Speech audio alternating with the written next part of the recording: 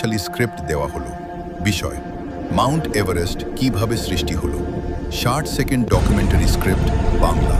আজকের পৃথিবীর সর্বোচ্চ শৃঙ্গ মাউন্ট এভারেস্ট, কিন্তু জানেন কি একে সৃষ্টি হতে লেগেছে কোটি কোটি বছর। প্রায় 20 কোটি বছর আগে আজকের এভারেস্ট ছিল এক গভীর সমুদ্রের তলদেশে। সেখানে জমে উঠেছিল পলি, শামুক আর সামুদ্রিক জীবের অবশেষ। সময়ের সঙ্গে সঙ্গে পৃথিবীর দুটি বিশাল টেকটনিক প্লেট, ভারতীয় প্লেট এবং ইউরেশিয়ান প্লেট, ধীরে ধীরে একে অপরের দিকে এগিয়ে আসে। প্রায় 5 কোটি বছর আগে এই দুটি প্লেটের সংঘর্ষ ঘটে।